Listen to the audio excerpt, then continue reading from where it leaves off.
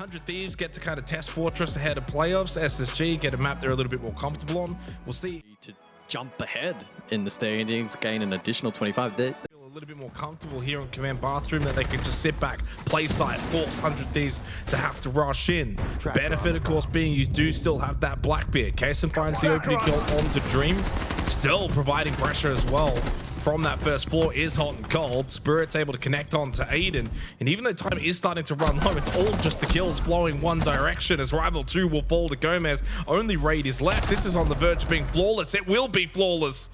100 Thieves able to crack. Yeah, and this is the swing side too. If you're SSG, this is the one that you really want to be able to win defensively. Knowing that the next site to come should be pretty good for you as well.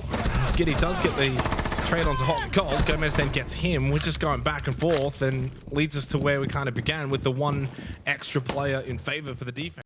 It's low percent. This is a 1 in 10 chance at best here for 100. I thought you were going to say 1 in a million. No, not quite. I was going to say 1 in 100. Oh, hang on. It's a 1v1. That's what it is. A 1 in 1 chance. Spirits, can he win this against Dream? Trying to play the guard break battle, time running out. He knows at some point needed to go for the kill. Dream does get the knife kill. SSG. A lot of this, though, facilitated by the Blackbeard. Spirits to continue to play the front line. Oh, as elsewhere, Gomez, more action, but immediately a trade back. The beauties are in black. Last gas babe to be deployed. Still a little bit of info on the Valk available here for Spacestation as they take measure. But pressure is absolutely mounting. Oh, Aiden played that perfectly. Guard break onto the Blackbeard, expecting one behind. Then hits the headshot onto Spirits as well. Job done from Aiden. 2 versus 2. Jason was able to now push forward. And he find the shotgun barrel. He does. He got the intel onto Rival. Connects the shot. Now 1v1. A second 1v1 in a row. But this time, it's Kaysen's job to finish it off. Dream, 10 seconds, has the long angle, has the DMR, and has the win. 2-1 in favor of Space. What's been posing problems for them so far and what they want to eliminate going. Certainly the loss of the Goya is not ideal on Fortress. Hastens through games. Well, he wasn't expecting Rival. Hello indeed at the doorway. What a swing. Nobody killed for Space Station. Little time on the clock, 100 Thieves. This is exactly how it played out back in the opening round, and well, back then they were able to just storm the site, get the kills and win. Good start from Adam onto Aiden. Gomez expecting maybe a flank, but no one's coming his way. And suddenly with that time continuing to expire, you don't have the time to watch for the flanks. You have to push forward, and push forward they do. Again, Spirits active on the Monty. Found the pistol kill. Dream surely can't do it for a 3rd straight round. As hot and cold's going for the plant. Dream knows there'll be one to cover. Goes to shotgun. They're both on top of each other. Got the down onto Gomez, but hot and cold finally shuts the Dream down. Looking for a... With the bees is going to be crucial. Sun was deployed and Spirits lurking close. Aiden finds the opening kill though. So it's a strong start for SSG, and their anchor positions are going to be tricky to unlodge. Yeah, they're swinging, they're getting aggressive on the front foot. This is really nice from Space Station. Easily their best round that we've seen in the half. They understand, okay, 100 Thieves are now starting to push in. Let's go at them. We're not just going to fall back and allow them to take this space as they push into the site. They get aggressive. It's a flawless round. That's how you want to play this round. They're slowly pushing their way through. There's a Razor Bloom. Deal with that. Push back. So it's just going through this checklist. It is hot and cold to find the pick onto Giddy. Boy, that feels like it was desperately needed.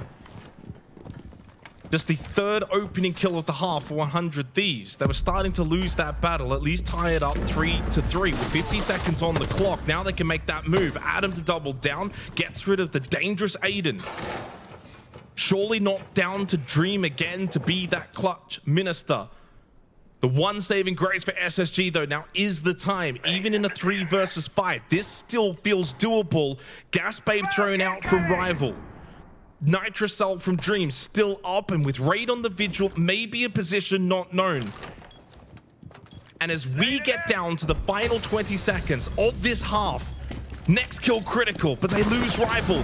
Raid and Dream will have to pull off a 2 versus 5 clutch. but it's going to be without Dream and a 1v5 chance not to happen. Flawless from 100 Thieves. Kind of going on for this guy. No, absolutely. Got the Ying Cade. I think it's the mirrors. I don't This is think one it's map the wall. Okay, I do like the Intel on the enemy.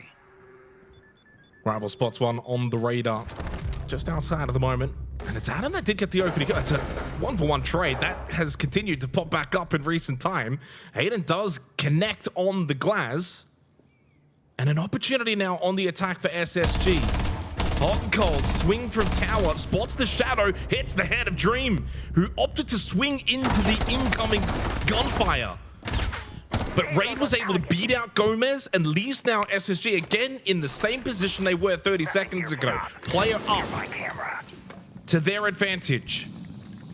And so far, this attack looks pretty good. Good swing again from Aiden. But Spirits got the kill onto Rival, and Spirits will need the final two. And we get shot in the back. And knows that Aiden is close. We have seen a couple of dicey clutches so far tonight. Spirits, it would take a big effort from here, low on HP, but the Nitro Cell, too late. Nets the kill though, into the post, dead. Good cover from Raid. A good attempt from Spirit. 7-5 in favor of SSG. That would still be enough if Shopify Rebellion were to go and get a 7-0. Another opening kill for SSG. Needed that from Adam. Just starting to feel it though. 60 seconds remain. Dream's being able to dash across. Can he start thinking about posturing for the plant? No, 100 Nope. Thieves. They pounce into action. Yeah, that's much better. Activity from 100 Thieves on the defense. Yeah, time their swings perfectly as SSG were trying to make their way in. Leaves poor old Rival and Giddy with a lot to do. Giddy does connect onto Spirits as the Warden goes down. 2v3 is not impossible from here. Still under the flash. Giddy throws it out. Rival able to then swing, get the kill onto Adam. One close left. Doesn't quite win it. Giddy temporarily went prone. Oh, a swing from Hot and Cold. Well, geez, that was quite risky. That would have actually given on the glass, layer the smokes as they push into sight. Gomez bathroom, what a hit onto Aiden. Well, it almost felt like for a second. And now Forces, look at the way that Giddy has to go get this kill. And luckily, he gets it pretty quickly. Dream, too, able to find one from outside onto Spirits. 40 seconds, they're the ones with the man advantage, but they do lose the glass. Raid went down a little too easy, but Rival and Dream able to win there once, and Adam in the 1v3.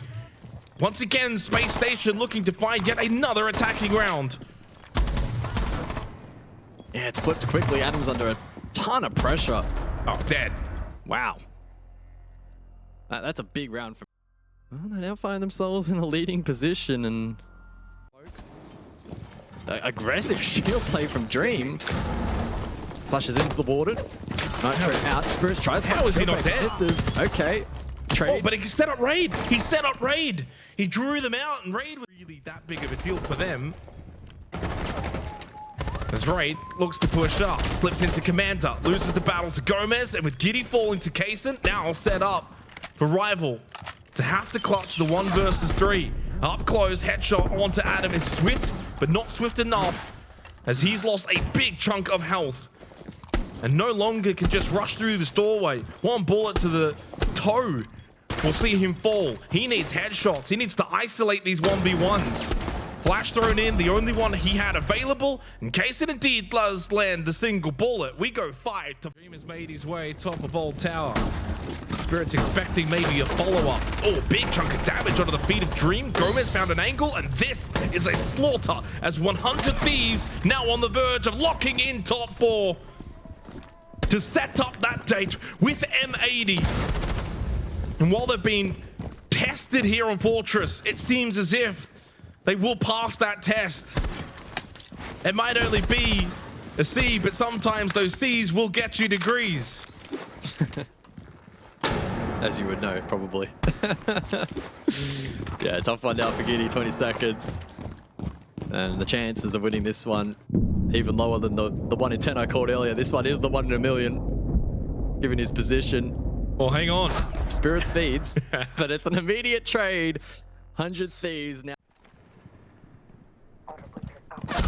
Wasn't Line Vert approaching. Oh, well, that was unaccounted for. Gomez over towards Museum. Catches. Been formed 3 of the last 4 round wins. Now on the verge of making it 3 straight to close this out. Now, Space Station are going to need to hit some good shots, and it starts with Rival. Can't end there. Need more to follow on, and do so quickly, because there's only 30 seconds left in this round. The Space Station start to make the march towards Cafe and Waiting. They did win this site last time out. Shamika Launcher is making this really awkward. They can cap layer some smoke util here, SSG, but there's not a lot of time remaining. This needs to be a flawless execute. 15 on the board.